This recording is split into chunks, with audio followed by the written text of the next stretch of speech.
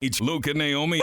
Happy New Year! Woo! It's 2026 and episode 127 of Luke and Naomi On-Air featuring Naomi's Under a Rock reviews. Happy New Year! Happy New Year. We survived. We made it to 2026. Everybody's already done with this year already. I've noticed that. I'm like okay with it. Like, we haven't even started. I'm just okay. Like it's not a bad year. We're not off to a bad start. It's been odd. Social media is just stupid. That's and that's what has everyone going, I'm done with 2026 already. And I'm like, it's been a week and a half. Luke and Chill Naomi out. On-Air on Facebook, by the way. Yeah. Speaking of social media being stupid, we're not. You can unfollow everything but us. That's not a bad idea. I'm for it. We'll be your entertainment. I'm absolutely for it. I'm Luke Austin. I've seen a ton of movies. That's Naomi Lynn. She is working on it. Getting there. That's right. So we've got a great review, I think, of Minority Report coming up. I'm excited to see what Naomi thinks about this one. We'll see. It ought to be fun. That's coming up in just a little bit. So if you've never seen Minority Report, try that a couple of times. Relive your first watch through Naomi's eyes. If you've seen it, that whatever I just said, but backwards. How about that? Strike that. A little reverse rusty. It. Little rusty. It's I got the Christmas hangover going on. Christmas and New Year's hangover. That's fair enough because we were off for a couple of weeks. So let me try to. If you've seen it, relive your first watch through Naomi's eyes. If you've never seen it either, should you? There you go. There you go. And spoilers all the way if you've never seen it. Right. I mean, come on. But Naomi's a great reteller, so you'll have fun along the way if that is the case. Quickly before we get to some more stuff, I've started a new little sort of shorts series on our YouTube channel. So if you're not subscribed, you've missed out on, I think I got 10 episodes up there. I was gonna say there's quite a few videos, and there's so much more. I was working on some of those actually this afternoon, and I'm going, man, there's a lot here. There's a lot. So I'm doing the recap of the Marvel Cinematic Universe, but in the timeline order. So like in the universe's timeline. So it starts with Eyes of Wakanda, which is the animated series that just came out like last year. Okay. Last year being 2025, by the way. Right. Putting that out there. I'm working on knowing what year it is. That's important, yeah. That's like a quick 4 episodes, really cool. Then you go into Captain America, and then like I think it's Captain Marvel after that. And then a couple of the shorts in between and stuff. So I do like 1-minute recaps. Of everything? Of each one? Of all the things. Okay. Yeah, so I got the first 10 up there. A couple of more come in, each and every week. So make sure you're subscribed to our YouTube channel, Luke and Naomi On-Air, and you'll see when I pop a new one of those up there. That's right. That's important. It's a lot of fun. And, again, I've decided I wanted to watch the thing in the timeline order just so I could, see how that flows. And it flows really, really well. They know what they're doing. The pieces fit so well. Yeah. So it's cool. And I wanted to share my thoughts on that. So check it out.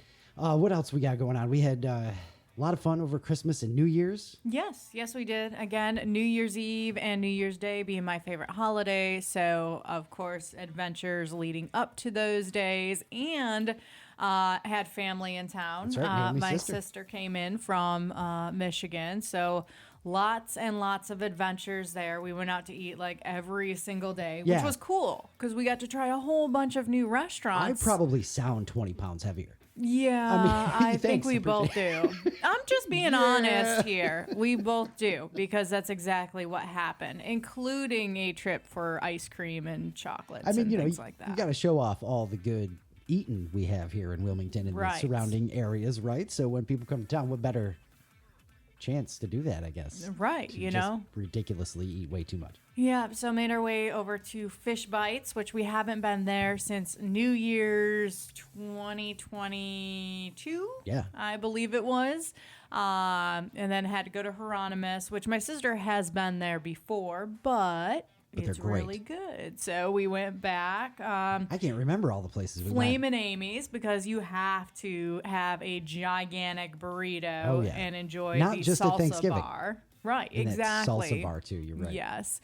Where else did we go? Oh, we went to, what was it, Little Asia? Yeah, I think it excellent was. Indian food. Yeah, so freaking good. Ate so much, had leftovers, ate them for lunch, and was just, I've never felt so bloated in my entire life with all this food. Oh, and man. There was still more, and I'm drawing a blank now on all the other places we went out to eat. A whole bunch of stuff. It was a crazy week for sure. I've got to mention I got a pair of tongs for Christmas.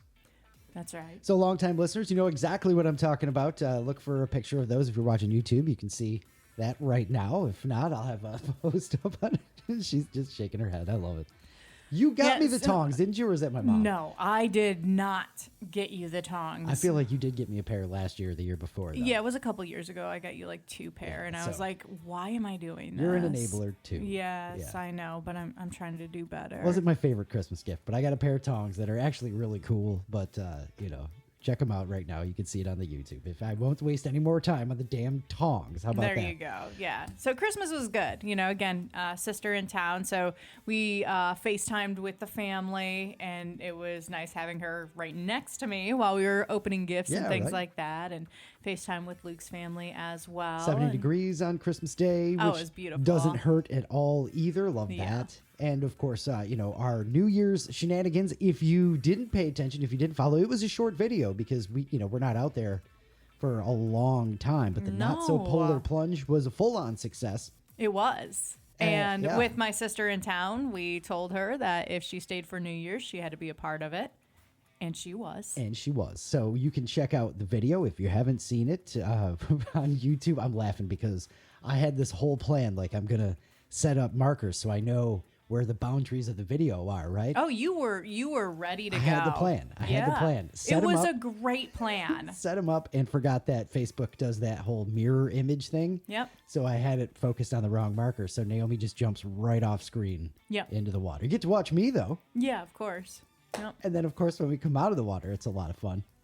But the video's there, and you get to see how much money we raised for the Caribbean Surf Connection, which was really cool. Big shout out before I let Naomi tell everybody what we raised. To everybody who donated, thank you so much. We really appreciate it. Our goal was, if you haven't been following along, to get at least one kid sponsored, and that was like $175 or something like that. Yeah. And that covers, all kinds of stuff, including clothing, because a lot of times the kids down there don't even have like the right surf gear. Right. As they're learning, surfing in boxers. Coming from the city to, learn how to surf and be better people and all that stuff. That's why we support the CSC. But that was our goal, was to at least get one kid sponsored. Now, we said if we hit $500, I was going to go back in. Yeah. Which, honestly, in retrospect, I could have handled it. It was a very mild weather day. It was bad. Good. Yeah, it wasn't bad. We could have handled it. We lucked out and didn't have to jump back in. But we still raised just a great amount of money. Again, a big thank you to everyone who donated, whether it was a couple of dollars, whether it was more than that, every little bit counts. So we raised $425. Yeah. Which is phenomenal, again, for our first time actually doing this for a cause. Each year we would do this. We're like, hey, donate to your favorite charity. This is the first time we asked for the help and asked you to donate to a specific charity that means a lot to us.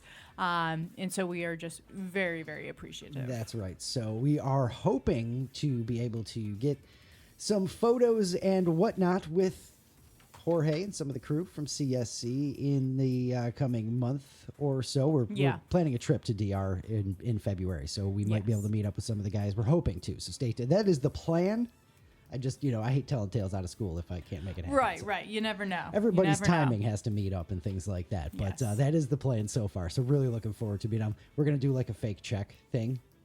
Yeah, like the oversized novelty check, except for this isn't going to be like the oversized novelty check. We're not going for the ones that are like 4 feet by 2 feet. Yeah. But we're looking for an oversized check. We're going to have some fun with it. So if you have any suggestions on how to make that goofy too, we will definitely take those. Yes, please. Looking forward to doing all that. And again, just big thank you to everybody who helped out and shared the posts. And, even if you couldn't donate and you shared the post, that is awesome. It helps, and it helps get the word out there. And even if you weren't able to donate this time and you're like, hey, well, I'll keep that, in the back of my mind. I'd like to see other things that they're doing and things like that. Like, all of that matters. It's important. Yeah, and if you haven't checked them out yet, also lukeandnaomi.com to find the link and check out the Surfers for Autism. I think I'm getting that correct because that's another offshoot of the CSC, and the amazing work they're doing there is just awesome too. So, yeah, absolutely. If you saw the reel I put up yesterday on Luke and Naomi On-Air on Facebook, the caption said we got a kind of a big announcement. We do. And I'm very, very excited about this. It's something that we had we had teased for a I was while. going to say, we're finally putting our money where our mouths are. Yeah. I think is how we should actually say that. So, barring an amazing catastrophe, or Naomi, I don't like you saying that. Please don't say that. or Naomi just not wanting to do it. No. Do not put that on me. Oh, I'm putting it on you. No, it's going to happen. It's right. going to happen next week. Episode 128. So that's going to be, I'm pulling up the calendar here. So that's going to be next Monday, the 19th of what month is it? I almost said February 3 different times. Martin Luther King Jr. Day. That's right. We are going to celebrate Dr. King by doing our first ever live stream on YouTube. Yep. So you'll be Like able the to. podcast episode. This whole, back and forth right now that's happening, you will see us in real time. Like seeing what we're wearing. That's right, which is just perfect because tonight, for whatever reason, Naomi was cold and decided to grab the bathrobe on the way in. I said, are you going to wear that next week too? And now I think she might have to. I said That'll it be a depends on how I feel. But honestly, I grabbed the bathrobe because, yes, I am a little chilly, but also I wanted to be cozy. That'll be a thing. I needed that. What ridiculous thing are we wearing to be cozy during each episode? So yeah, we've got all the gear. We've got pretty much everything we need. Haven't done the dry run yet. So if you are a YouTube subscriber, at some point this week, I'm just going to be live fiddling around with the equipment. That's going to be fantastic. Yeah, so if you're, if you see the notification, hop on and start yelling at me, and I'll get the sweats out before next week. Yes, please do that. No, I want to see all the comments and people yelling at you. What are you doing? That's right. So it's going to be amazing. It's going to be an adventure. It's a potential train wreck as well. When's the last We've time been we there. were? Absolutely. I mean, we don't really edit the podcast at all, so it's not like that's a big deal. But like with the cameras in our faces, that's a completely new thing because again, radio people. Right. So that'll be a deal. We got to decorate. I probably should clean this room a little bit. Yeah, please do that. This is now I'm regretting it already. So there we But go. it's too late. We have decided it's going to happen, and it's going to happen next Monday, and it happens to be a holiday that day, but that's okay. And I want to pick a movie that's like super embarrassing to talk about, like Revenge of the Nerds or Porgies or some shit like that. Oh my gosh. No, let's just do something regular. Yeah, that's that. We'll see. We'll see how we're feeling. I'm just gonna, guess what? This is what we got. That's everything. All the streaming services are down. We can only watch this one that's available. Terrible on Prime movie. or At something least like it's that. not American Pie, and I have to do that again. Oh, we can do American Pie too? No, we're not going to do that. Also going to take suggestions for that throughout the week, by the way, if anybody's got anything to throw out there. Naomi does have final say. It's her review. So That's right. Final say. And, I have the power. The whole wife thing and all Yeah. that stuff, too. So I know. over the weekend, before we jump into some random facts, we watched actual contemporary movies from Other 2025. movies? How about that? Yeah. We watched two movies that are 6 months-ish old, maybe a little bit older with Bugonia. That's where we're going to start. We watched Bugonia. We're going to start with that one? Everybody okay. watch Bugonia just because I want people to be mad at me. I had Filthy Kyle watch Bugonia, and he texted me today, like, what the bleep, dude? Like, fair enough, though. That is a legit response to that movie. yeah. I mean... It is. I'm not going to do any spoilers because it's new No. enough. Yeah. Right? But if you haven't seen it, you need to experience this with us. Yeah. I think it's Please almost watch it. Almost like a Tiger King thing. So it's a really, really crazy movie. Dude kidnaps a CEO because he believes she's an alien. Yeah. And he's like this conspiracy theorist kind of guy living out like on the edge of town, really weird stuff. Shaves her head, shaves her head. Emma Stone. So she really shaves her head for the role and all that. Jesse Plemons is the lead male actor, and he's amazing. They're both amazing in it. The other kid, Don, is amazing in it too. Like it's really, really good acting. And then this movie ends in such a way that if you Google it, don't Google it before you watch it. Yeah. But if you watch it and then Google it, you get how pissed people were. Yeah. It's awesome. And I can believe that. Yes. that in and of itself is entertaining as hell to me, and that's enough. So I'll tell you what, it ends better than it all being just a dream. Okay? All right. I'll spoil that So it's not a part. dream. It's not a It's dream. not a dream. It is bug shit crazy. Maybe that's why it's Bugonia. But I looked it up, and Bugonia is like Greek, and it means life from death or something. I don't think that has I anything thought to it do was with a the movie. flower. Yeah, right? No, that's Scarlet Begonias. I didn't even go there. Shout out to the Grateful Dead. Just lost Bobby Weir the other day. Yep. Right there. Well, how's that for a transition for you? Also, watch One Battle After Another. Arguably the best movie in the last couple of years for me. I don't know. It's pretty good. It's pretty solid. Did you like it? I did like it. Yeah. Because there's a lot of chasing going down in One Battle, and I know you're not the hugest fan of car chases in general, but like this is a whole,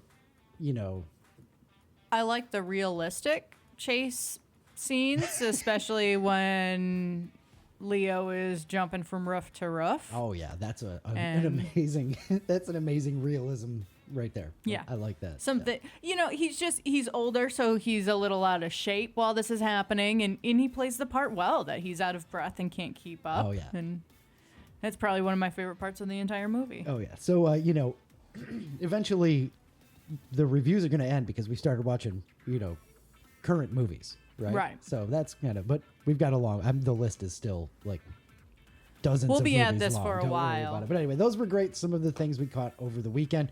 Shout out to all the playoff winners and losers. There was a lot of them. Philadelphia.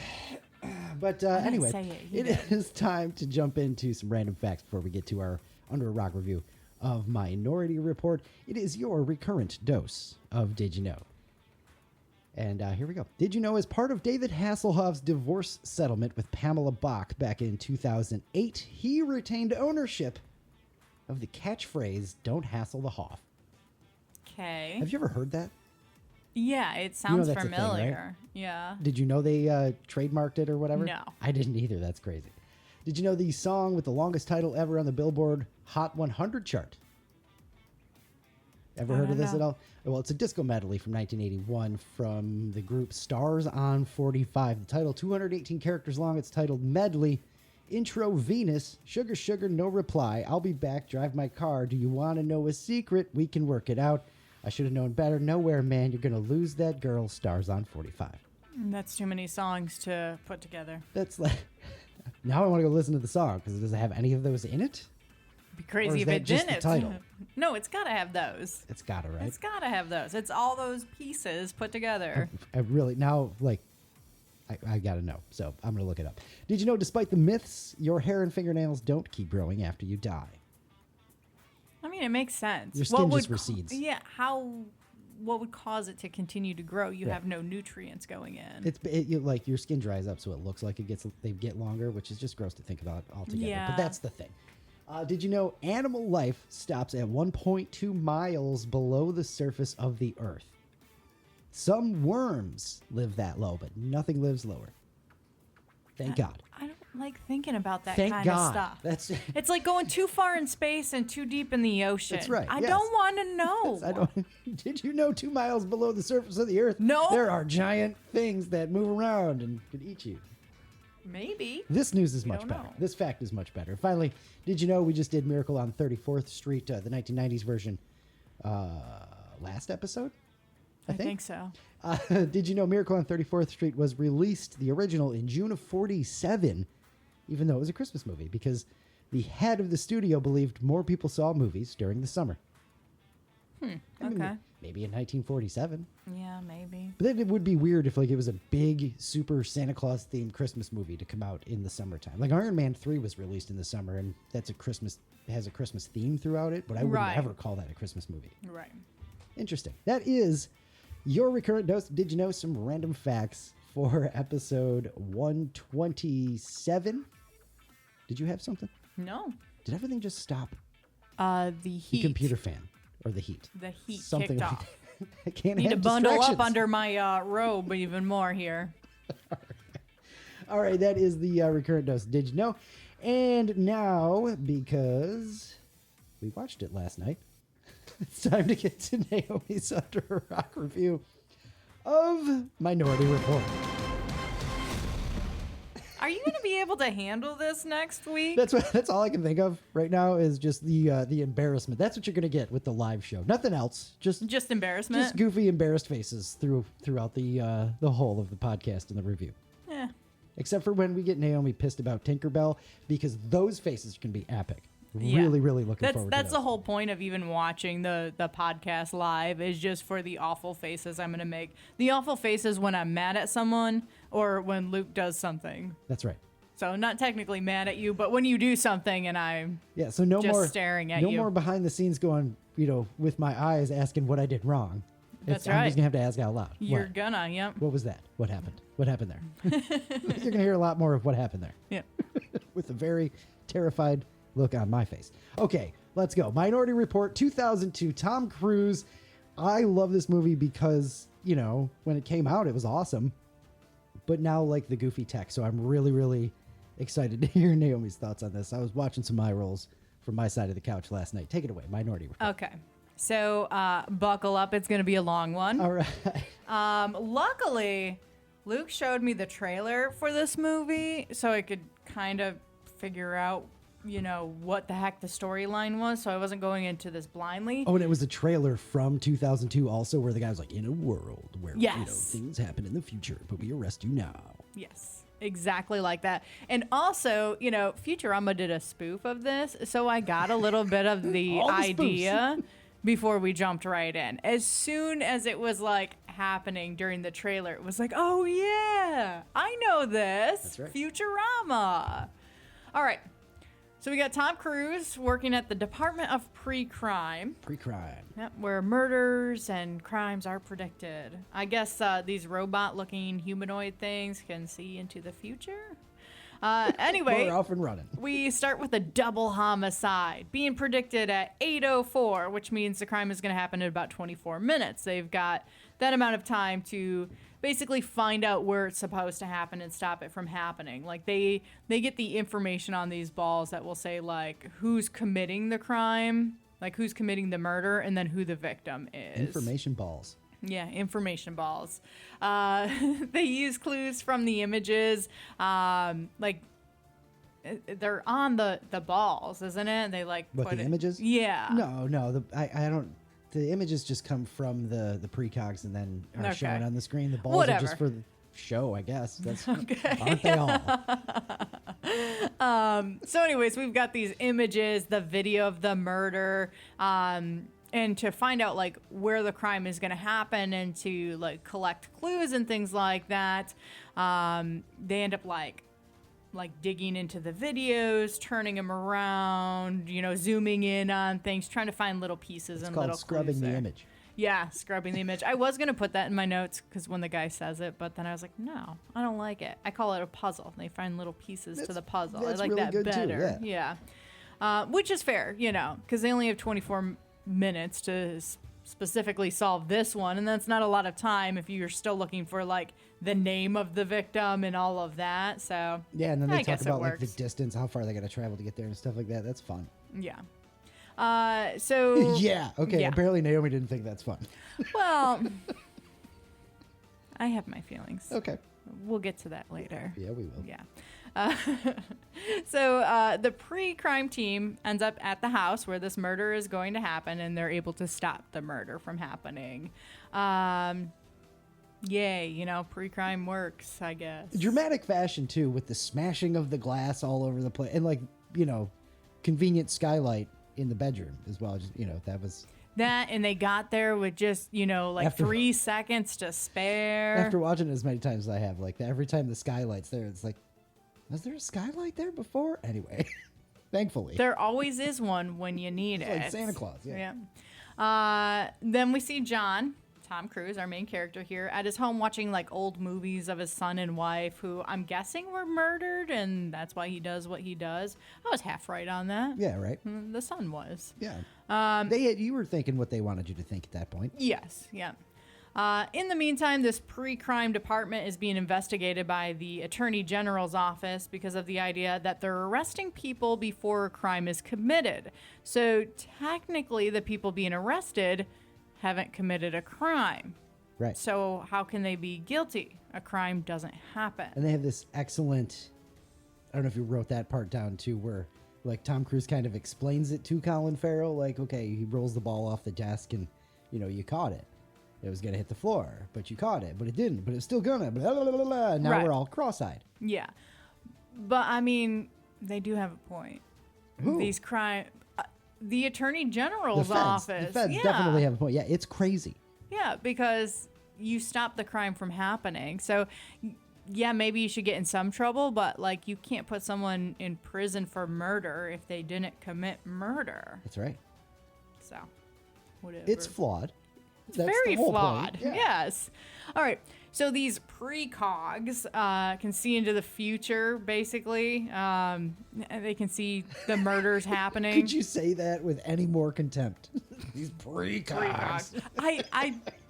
I think it's stupid. Precognitives. I get it, but I think it's stupid. But you get like how they happened and all that stuff. Yes, I get it, but it's stupid. It's a huge. I have a huge issue with this. Okay. You got two twins and Agatha, who are precogs. They can see the future. Yeah, see the future. I don't know, and they stay in a tub, like a weird milky substance. It's a sensory deprivation type thing, and then they keep them doped up real good so that they sleep and continuously have the futuristic dreams. They're being exploited. It's a bad thing. Right. No, I get that. It's just a weird idea to me. Very much so. Yeah. Now, in 2002... times were different, this is apparently. a very dystopian thought of the future. Nowadays, it's like, that's probably happening down the street. Oh, yeah, probably. I mean, you wouldn't even need the tub. Just give somebody a phone and you can... Exploitation of people? No. Never. All right. So anyways, we've got the precogs that can see the future. Is that a word? Now I'm stuck on that. I'm sorry. Nope. Wait till you can see this live. So we've got the precogs. They can see into the future. They kept in what's called the temple. They're in the pool, hooked up with this headgear. Looks very uncomfortable, little odd. Right. There's three of them there. We've gotten into all of that. So John's busy snapping his fingers at the woman precog, Agatha, that I mentioned. So she grabs him. What? I'm sorry. I can feel the contempt. John's busy snapping his fingers at Agatha. Well, that's what he does. Just the way you said it is hilarious. I really run into the idea of these three people. I get it. They're being exploited and whatnot. But just these three people that are in this temple room, whatever, like... I don't know. I just bumped into that thing the entire movie. Just these three. None of the rest of it's nonsense. Well, there's a lot of nonsense in this entire movie. Let's be honest here. Okay. I'm sorry. I know you like this movie. They explain. I really just like it for like the other, like the cars and shit. But like they explain. They do explain it. So, and that's the thing. Maybe it's taken me 45 watches to really understand what's going on there, and that's why. There's a lot of explaining in this movie, and like I get it. So like, okay, there's these three precogs because their parents were drug addicts or whatever, and like they experimented on a whole bunch of kids beforehand, but these three were the best. Or yeah. It just seems odd to me, out of every person that could be in this situation, we got these three random people. Well, there would be three random people, wouldn't there? I mean, if guess. You're experimenting on a bunch, you got to get somebody who passes the test. I guess it's just weird to me.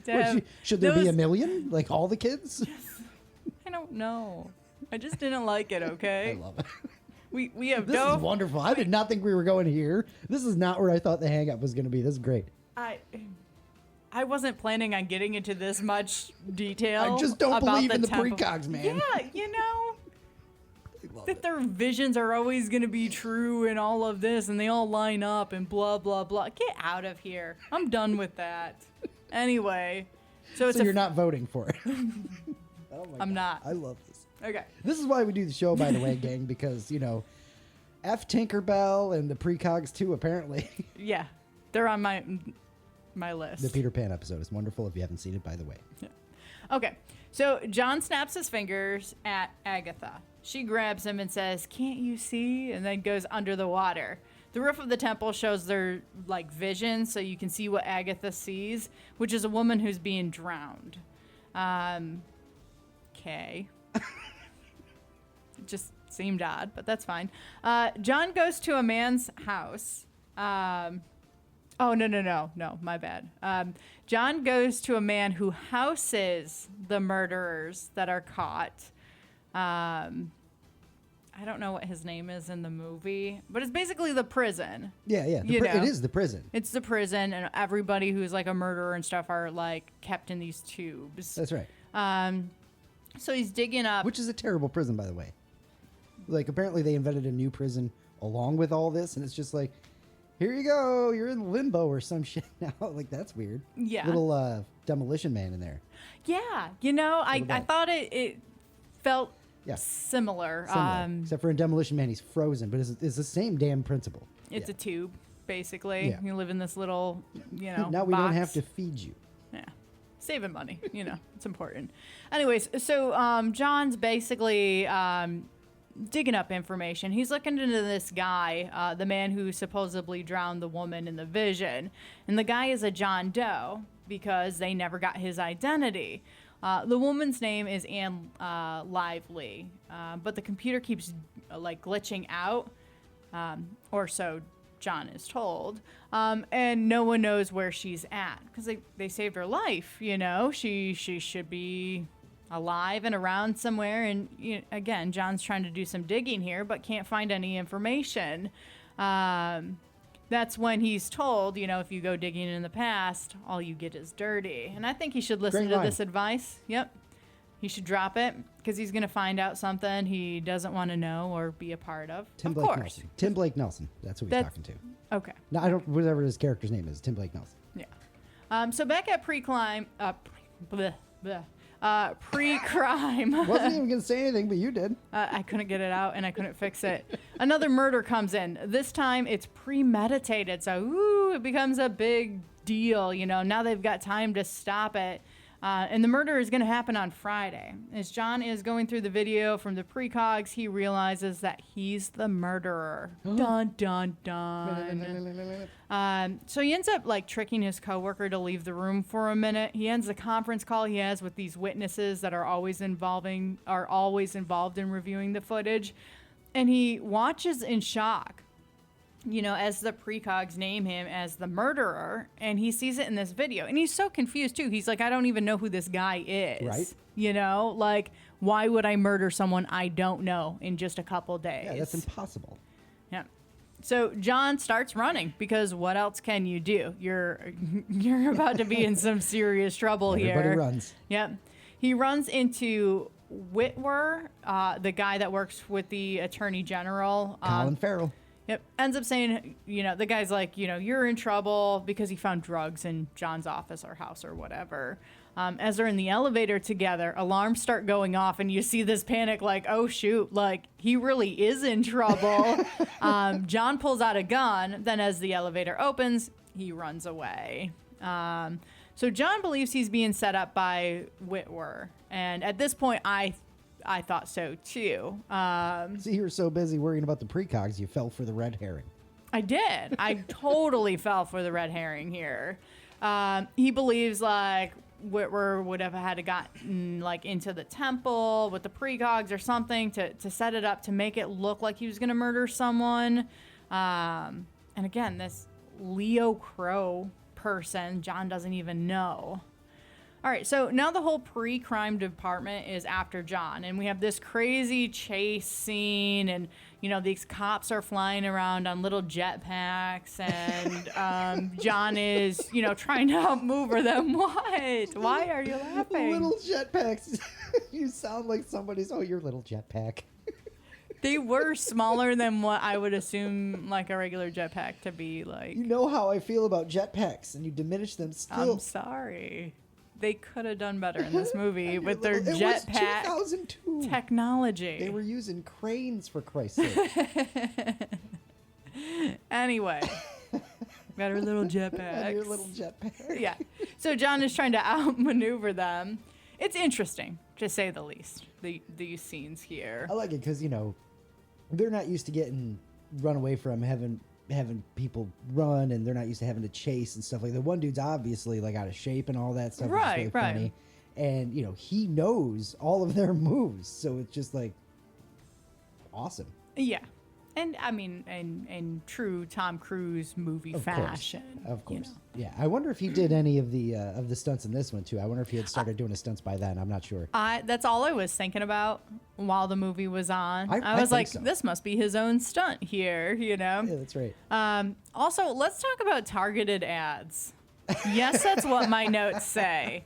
And YouTube, if you put a ad right there, I'm gonna be so mad. Nailed it if they do. Then they're really good. John's walking through the subway area and all these ads are speaking to him. Like, hey, John Anderton. Yeah. Check out whatever for today. And when he goes to the mall and stuff like that. It's oh my easy. Goodness. When he goes into the Gap store and they say like, how did you like that thing of like tank tops you got? That's right. It's hey, like, Mr. Yakamoto? Excuse me. No, I do not want. No, I don't need everyone knowing my business. Yeah, well, I mean, that's the world we live in now, except for just not announced out loud unless you have your phone up in public. Yeah, but we're getting there. I mean and this is supposed to be 2054, and it's like, yeah. No, we're about there. If you're running around in public and you have like your phone volume up and you're scrolling through stuff, people are going to hear your targeted ads. It's not going to say your name like that, but that's, I mean, yeah. Yes. Yeah. Yeah, and we're fixing to fly, and Atlanta Airport has the whole facial recognition thing for the passports. Wait, and whatnot. what? Yeah, I told you about this. That's the their new customs entry thing if you're a U.S. citizen. Oh yeah. Yeah, the computer just matches your face to your passport thing apparently. Okay. Yeah. So well, we'll there. experience that. All we got left is pre-crime. Well, there are some flaws here. Let's just say that. We're at the part where he's on the run now, right? Yeah. I don't know. Did you write down anything about the newspapers on the train? I don't want to jump ahead of you. No, I didn't write about the newspapers like changing. Yeah, which is hilarious because again, whenever it's a Philip K. Dick novel or a short story that it's developed from, which Philip K. Dick and the sci-fi stuff, right? But like they're all reading newspapers, like foldy newspapers that change digitally. So, yeah. Like I don't get it. Are they buying a new one every day, or do you is that a tablet? Or you just, get it for the day. You get a whole 24 hours worth of a newspaper. Then you got to buy a new one and it'll change randomly for you. That just collapses? Sure. you recycle those? It seems like a lot Recycle, come on, let's be honest here. It seems like a lot of tech, to be thrown away and stuff like that. But it's pretty neat because it is basically tablets. Yes. You know what I mean? Mm-hmm. It's interesting. Let's One just of the say more that. far-fetched parts about it is the fact that they're on a train. Well, yeah, of course. The train thing is really weird to me because, there's no more trains anymore. We've got the really cool cars that do that whole drive you right up to your apartment building situation, plop you right off in your apartment, and it's awesome. But can you imagine anybody building that infrastructure nowadays? We can't get, potholes fixed down the street. You think they're going to build a whole new way for cars to drive around and stuff like that? Also, just trains. It's not going to happen. It's just not going to happen. All right. Okay. So John is able to escape that jetpack crew, but Whitworth shows up and now they get into this fist fight, which seems a little odd. Like, shouldn't you be trying to arrest him, not beat him up? They seem more focused on that. Knock him out. You can take him in easier. Yeah, but he wasn't winning that fight. It is very late 90s, early 2000s. You gotta have the two guys fight. Yeah, that's definitely what it felt like. It felt really forced there. That like, hey, we have to have a fist fight here. Because originally watching it, was like, oh, cool, and then watching it as the years go on, it's like, okay, yeah. Yeah. Anyway, they get this fighting in, and they're in an automaking plant, and so they're like fighting on pieces of like vehicles being made. Yeah, it's great. And these machines are putting the pieces of the car together. So Whitworth jumps away as like these pieces are going to one of like another piece of metal to build the car. He jumps away. John didn't. Dun, dun, dun. Oh, no. What's going to happen here? So basically, this whole car gets built. Obviously, John survives because he's the main character in this movie. Yeah, well, Tom Cruise died in the fight. The movie's over. So the car gets finished being built and everything. He just pops his head up and, obviously we see he's alive and well. And then he drives away with his new built car. Excellent. Look at that. Kind of just worked out. Yeah, I need to get a car that way. So he goes to a Dr. Heineman's house, a woman who helped design the whole precog system, which led the way to, pre-crime being what it is today. Yep. She tells John of this minority report. Dun, dun, dun, dun, dun. Minority report. That's the first time we say it, right? Yes. Yep. All right. Moments when, the three precogs, disagreed in their vision and may have accidentally led to innocent arrest. Uh-oh. She tells him that he needs to get this report, which is stored inside the precog that is the smartest one, which happens to be Agatha, who has certain files and visions missing in some cases. So, okay. All right. Yeah, now we're on to something. Yeah. Sure. We're on to a couple different things going on here. Yep. So then John goes to see a guy who replaces his eyes with someone else's. Oh, this is the best part. So he can get through scanners without being detected. Gross. Excellent scenes. Also, the doctor is gross and has snot running down his face, so also gross. I did not include anything about the rotten sandwich or the rotten milk. Sounds a little bit like you did. I'm just getting it out now. The notes are not there in my phone. So he's got the eye, the whole eye surgery. Can't remove the bandages for 12 hours. You can't scratch. So the doctor very nicely gives him a rope attached to the bathroom and a rope attached to the kitchen where they made him a sandwich and a nice bottle of milk waiting for him. Yeah. Where there was also another sandwich that was so moldy and purple and green, and milk that was green, and of course that's the one he grabs and eats and drinks, and it's so disgusting. I think he it's takes a mild one revenge. bite. It's a mild revenge for the doctor. He put the doctor away, and the guy didn't kill him, did the surgery right, gave him the extra little thing that makes his face melt.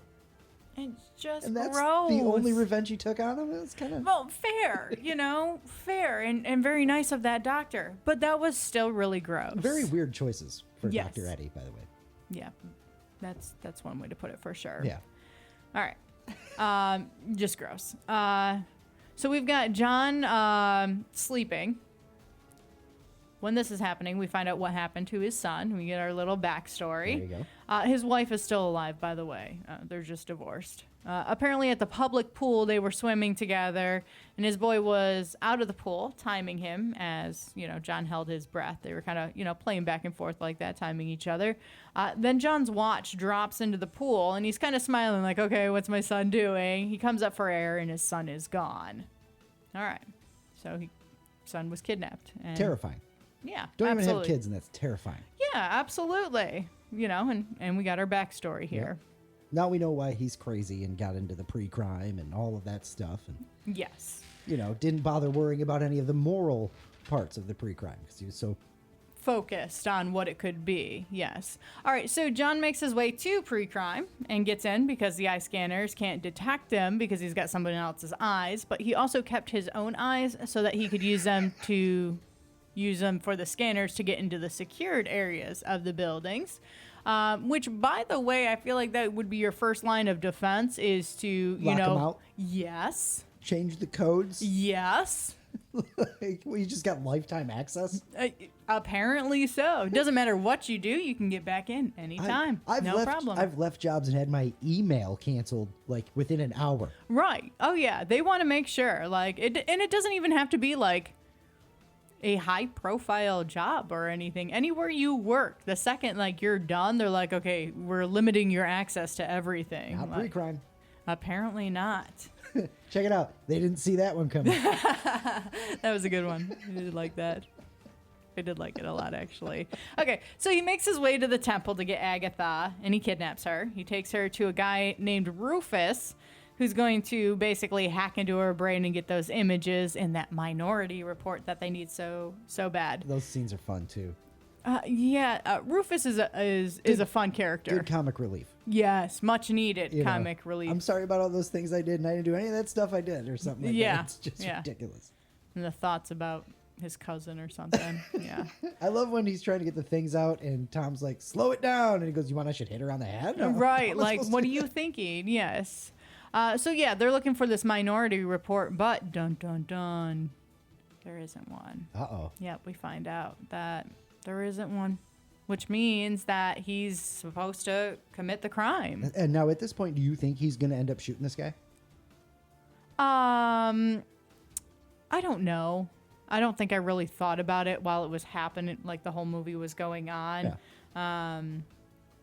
And I was just kind of along for the ride. I wasn't really predicting how that was going to go or not. All right. So pre-crime is in the building at this point. Agatha and John take off because of Agatha's ability. You know, she's able to tell them what to do so they don't get caught. You know, grab this umbrella, wait here, all that. They make their way to the hotel where Leo Crow, the guy that John's supposed to murder, is staying. At this point, I'm thinking, okay, did this guy murder Anne Lively? And that's the whole thing we're going to find out, and that's why that he does end up getting killed. Good thought, yeah. I don't know. But John and Agatha are there, and Agatha tells John to leave, that he's got a choice right now, and he should just go. But they don't. In Leo's room, there are pictures of kids all over the bed. Did not see this coming. John even finds a picture of his son and realizes he was meant to kill Leo. Like, he's always imagined killing the person who took his kid. Yeah. Leo comes in. John's pointing the gun at him. They fight, but John doesn't shoot him. That's when Leo's kind of like, you know, come on, kill me. Starts saying his family doesn't get any money if he doesn't die. So we realize it's a setup. Crazy setup. Was not expecting that at all. So now we go to Lamar's house, who I haven't mentioned because I didn't think he was important to this story. Max von Sydow is always important to the story. You're too busy being pissed about the precogs to follow the whole thing. Right. Apparently so. So I did not mention this guy. He's in the movie earlier. You know, John and him sit down. They have a nice talk. All of this kind of stuff. He's just some old guy. Like, whatever. Yeah, it's Lamar Burgess. Well, he helped start pre-crime and happens to be very important. So Whitwer goes to his home because he noticed some issues with Anne Lively's death. As he's speaking to Lamar about it, Lamar shoots him and kills him. Did not see that one coming. Apparently Lamar, who I thought was not important and just a friend of John's, is actually the villain in this story. Bum, bum, bum. Yeah. That was also in John's apartment where Lamar shoots Danny. Oh, okay. Because he shoots him with John's gun. Yeah, I do remember that it was with his gun because, you know, John's, you know, in trouble for Whitwer's murder now. Right. And then, of course, John's got the precog with him, so they can't detect the new, you know, that murder happening. Right. Very unexpectedly, though, on top of all of this that has been unexpected recently, John is caught. He's arrested for murder for both Crow and Whitwer. And we've had all these chase scenes and everything, and John has always gotten away. And how about the scene in the mall? We forgot about the scene in the mall where the precog, Agatha, she helps him get through, you know, stopped by the balloon man. Well, yeah, I love that. I mentioned, you know, she tells him to grab the umbrella and wait here. Yeah, that was the mall scene. I just didn't go into too much detail about it. It's a lot of fun. Yeah. So, yeah, now John's arrested, which I really didn't see that coming. I mean, you ran for so long. I just thought he'd keep going, Gets but haloed apparently not. And all that stuff. Yep. Arrested, put in the little tube thing where they house all the murderers. There the we tube go. thing, I like it. The tube thing. Later, Laura, John's ex-wife, she makes her way to Lamar's place and is talking with him, mentions Anne Lively, and Lamar acts like he doesn't even know who that is. But later in the conversation, he talks about reinvestigating her drowning, which Laura's like, I never said she drowned. Uh-oh. Always happens. Someone gives out too much information there. That's right. All right. Offering up information. Yeah. So Laura goes to where all the murderers are held, breaks John out. They show up at this banquet where Lamar is being honored. As this is going on, the precogs predict Lamar killing John. Got a red ball. Yep. Lamar is presented with an award. Visions of Anne Lively's death start playing around the room after he's presented with this award. And then we learn how it all goes down. They basically, you know, spell it out for us. That's right. Which is fine.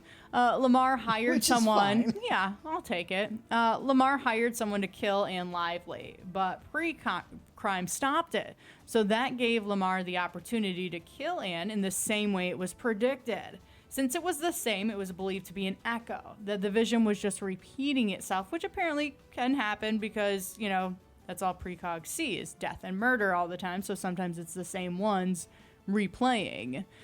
So that allowed Lamar to kill Anne and just get away with it. That's right, because he knew about the echo situation and all that. Yep. So John and Lamar face off where he tells Lamar, you know, hey, you have a choice here. You can kill me and go to prison, or you can let me live, but that would mean that pre-crime doesn't actually always work, and now all your work was for nothing. Yeesh. Talk about being stuck between a rock and a hard place there, right? That's right. Although he put himself there, and he's a bad guy, so who cares? So what does he do? Option 3, which I also did not see coming. Lamar shoots himself. There we go. Okay. There's always a different plan. I guess they don't see the suicides. No. Like I said, didn't see that coming, and either did the precogs.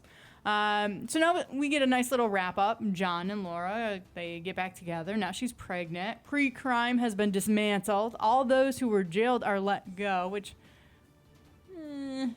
It did mention that the police keep an eye on a lot of them, afterwards. And I get it, because there was some innocent arrest there. Let go with like a hard K, maybe each, something like that. Man. That would be let go. Ugh. Pending civil suits or something, whatever that is. Yeah. Oh, and the precogs, they get to go and live their life in some secluded area so they can, live peacefully and all that. Yep, in The solitude. end. The end. The end. Minority Report. Like I said, long ride there. Did get held up on the whole precog situation, which really, well, that affected a lot. Let's just say that. You realize that it was like a new drug that caused the birth defects that created it. Yeah. Okay. Yeah, it was called like... Neuroin or something like that? Yeah, it was like heroin, but with like an N. Yes. I thought that was, fairly clever enough to have, a new drug and then the side effects of the new drug. And then, of course, all that shit gets exploited as we do. But how do you find out that that's what's going on there? Hey, these people can see murders.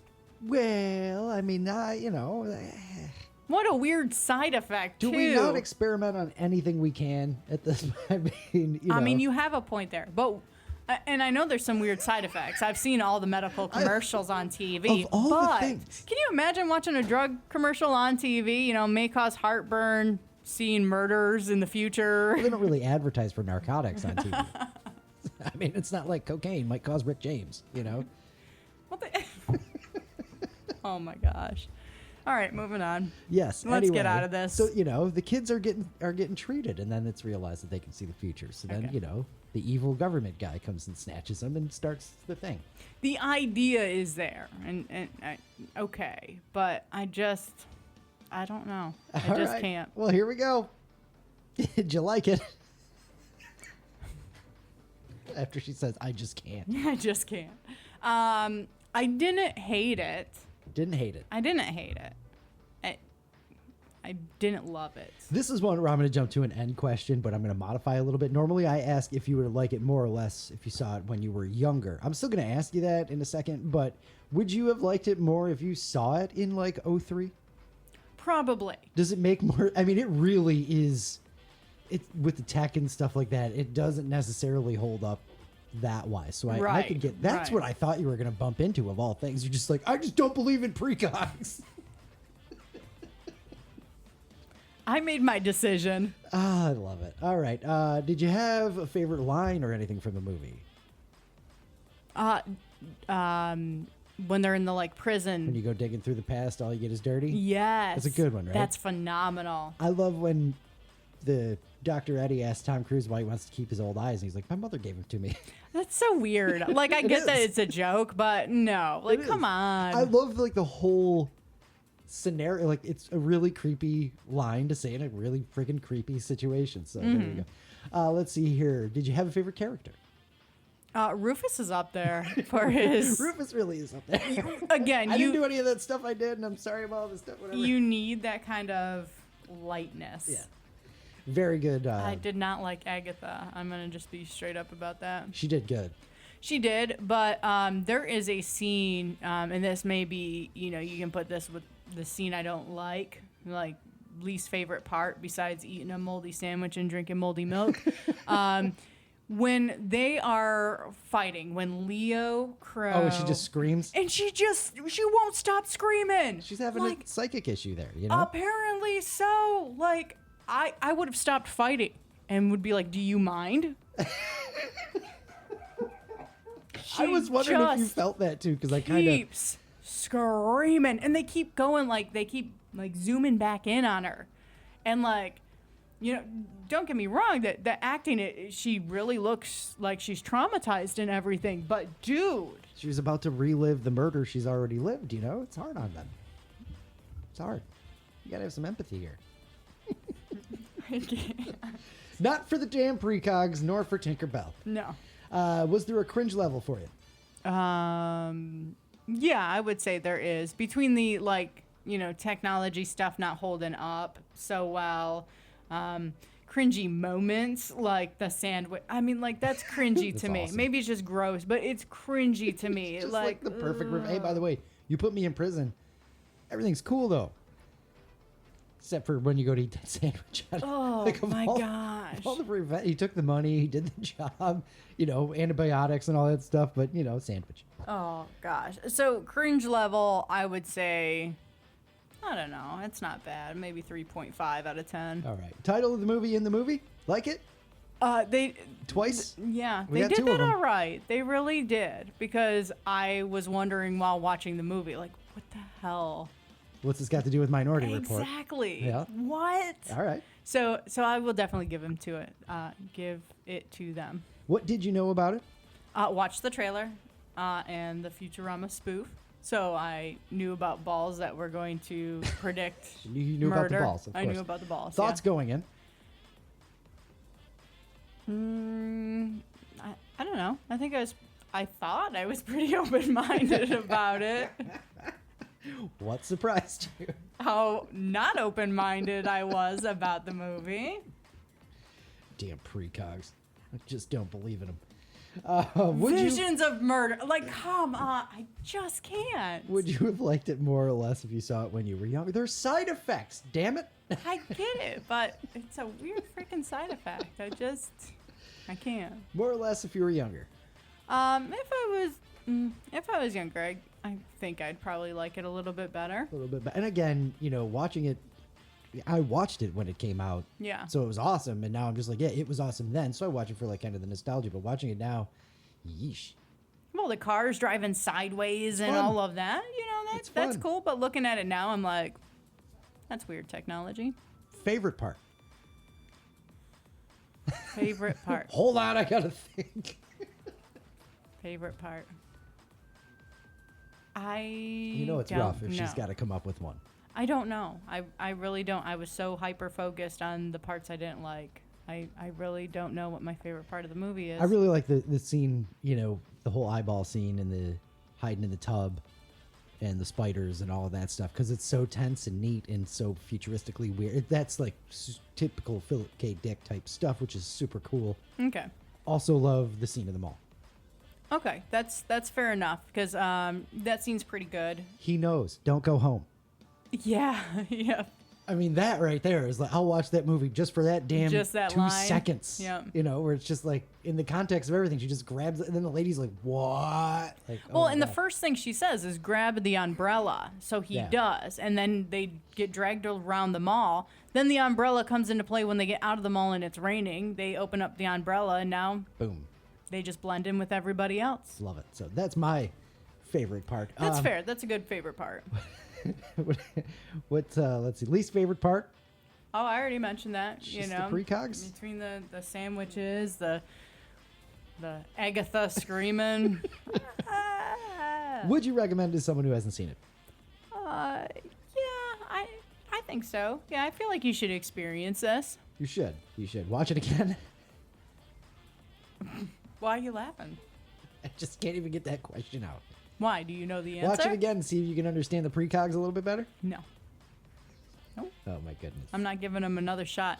They had 2 hours plus whatever minutes to make me understand them. So, is it a stop and watch if it's on TV movie? No.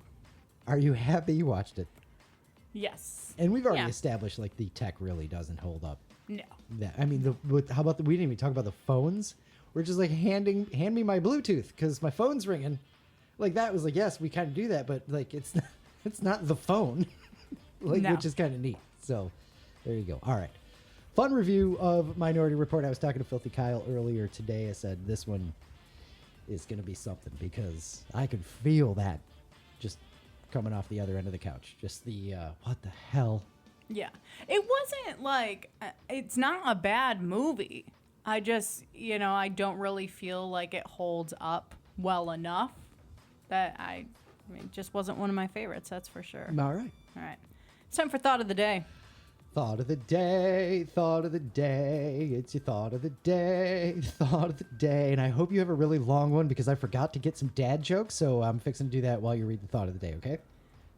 Well, I could read this really slowly. Oh my God. And we're It's going to not do this all long. live. I said, I was like, we don't really edit the podcast that much and things like that. And now This one's getting edited. this is going to be wonderful. Yeah. Do you want me to take more time? You know Do you want what? me to entertain the audience here? So the other day. All right, let's go. I'm just going to Are you read good? a couple Okay. of ridiculous ones here. Okay. There is no reason for our various pieces of identification to have different numbers. Wow. Interesting. See, told you it was a short one. It is a short one. That's poor timing for the short one. Sorry. All right, let's do it. I'm ready. You're going to ask? Oh, yeah. Luke, you gonna leave us with a laugh? Wow, you're going to need like a whole list on the wall next week and all that stuff. Let's not talk about it. This is going to be fun. A lot of cringe faces coming up next episode. Yeah. Oh, man. All right, why did the bicycle collapse? I don't know. It was too tired. That's stupid. Where do pirates get their hooks? A hook store. I don't know. This isn't a quiz. Did I get it right? Secondhand shops. Okay, Your that's a answer good was one. funnier. What kind of music do Bubbles hate? I don't know. Pop. What? Why can't a toe be 12 inches long? Because then it'd be a foot. Because then it'd be a foot. Yeah. All right, so I got to do another one. Why is grass so dangerous? I don't know. It's full of blades. That's stupid. Why do French people eat snails? They don't like fast food. All right, I'm with it. That's enough. That is enough of Naomi's grown face. You'll be able to see Naomi's grown face live next week as I read these horrible dad jokes. That's right. You better have them ready next week. Well, better ones anyway. I Yeah. hope. So we don't know exactly what time this is going to be next week. We're thinking around 7:30. 7:30-ish. Yeah, 7:30, 8 o'clock. It's usually a good time for us to jump into things. I would say between 7 and 7:30. If you are subscribed, You'll know. you will know. That's right. What's so funny? I was thinking around then. That's all. I don't. Why is that funny? I just can't. I can't. Just can't do it. All right. No, but So yeah. this all went to shit. It's gonna be great live next week. Tune in. Again, subscribe, and I will be monkeying around with everything this week. So you're probably just gonna see up my nostrils and trying to figure out the camera and stuff like that, and That'll be fantastic. the wall or something like that. Yeah. Pointing at the floor for a few minutes as I get things set up and ready to go. Then you hear like the as you drop all of that everything. horrible Yeah. Which, by the way, if you watch the video from our Not-So-Polar Plunge, I did exactly that then, too. Oh yeah, you did. So, I'm not necessarily known for that, but I've done it. Yeah. There we go. Also, don't forget to check out my MCU shorts on YouTube. Again, if you're subscribed, you'll know as soon as I pop a new one up there, just like you'll know anytime we publish anything there. Follow us on Facebook, Luke and Naomi On-Air, and our all-new Instagram channel that we didn't even mention, which is just the stuff we eat. Yeah, it's just food. It's just Luke and Naomi food. Yep. Whether we make it or buy it or whatever, you can check out our New Year's Eve meal, which was superb. Yeah. That's also called Luke and Naomi On-Air. Lo and behold. Surprise. Like we always say, if you Google Luke and Naomi, We come up. we absolutely do. Okay, until next week, episode 128, hopefully live, hopefully a little bit tighter. We will We'll see what happens. we will definitely It's gonna be a see what train happens. wreck. Have some fun this week and be excellent to each other. Love you. Bye.